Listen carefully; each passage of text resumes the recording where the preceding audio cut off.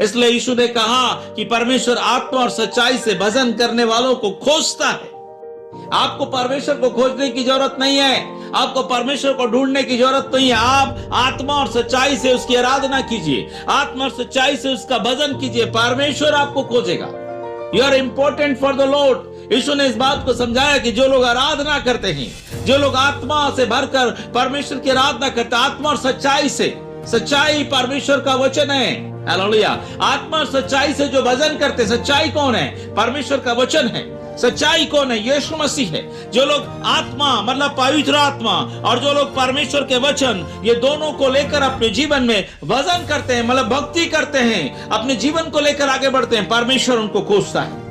आप खाली वर्ड करेंगे, शायद प्रभु की उपस्थिति आपके जीवन में ना पहुंचे। आप केवल प्रार्थना ही प्रार्थना करते हैं, वचन नहीं सुनते। वचन सुनना आपको बोर लगता है, वचन पढ़ना आपको बोर लगता है। पवित्र आत्मा की उपस्थिति आपके, प्रभु आपको शायद ना खोजे। लेकिन जब आप इन दोनों बातों को मेंटेन करते हैं, प्रार्थना का जीवन, आत्मा का जीवन और परमेश्वर के वचन को पढ़ना, सुनना और समझना, प्रभु आपको खोजता है, हालेलुया।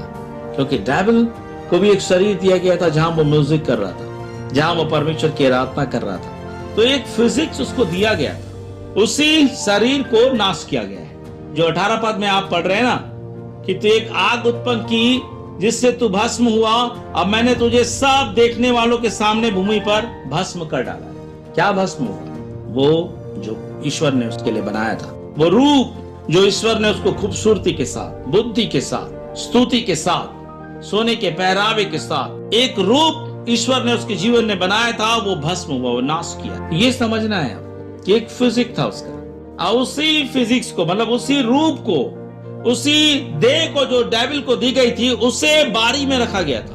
माय डियर्स, मैं आपको इस बात को बताना चाहता हूँ, स्पष्ट करना चाहता हूँ, प्रभु का गहरा संदेश।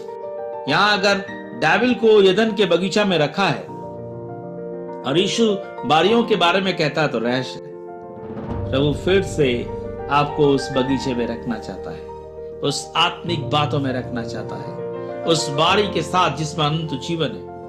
जब मत्ती 20 अध्याय को जब आप पढ़ेंगे ना, उस बारी के बारे में, जब आप लेवी व्यवस्था 19 का 9 और 10 को आप पढ़ रहे थे कि परमेश्वर ने हुक्म दिया, ठीक है।